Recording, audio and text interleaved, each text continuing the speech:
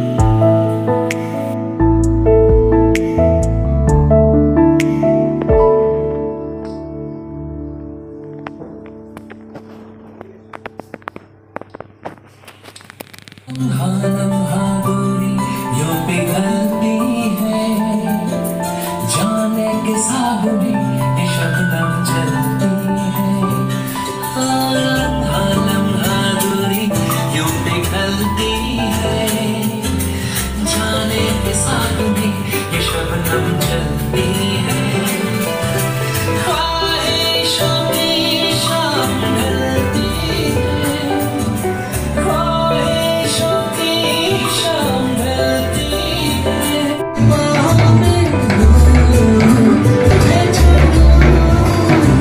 দেখো বন্ধুরা, যে সকালে যে আরতিটা হবে বা আমাদের এখানে নবমীতে সিঁদুর খেলা হয়ে যায়, সেই রিলেটেড কিছু রুলস বা কিছু নিয়ম এখানে পালন করা হয়। এখানে কেন বিভিন্ন পালন করা হয়, যেখানে নিজেদের দুর্গাপুজো হয়, তো একটু রুলসের বা একটু নিয়মের হেরফের হয়, বাট মেন যে রুলসগুলো আছে সেগুলো সবই একই। সেজন্য কতগুলো যে সিঁদুর খেলার জন্য যে থালা সাজানো হয় সেগুলো সাজানো আছে, সেগুলো পুজো হওয়ার পর, আরতি হওয়ার পর সেই থালা থেকে সিঁদুর নিয়ে সকলকে মাখানো হয় পরস্পরকে। তারপরে কলা, পান আর বাতাসা দিয়ে ওই সিঁদুর খেলাটা শুরু করতে হয় একে অপরের সাথে। তো সেটাই হবে।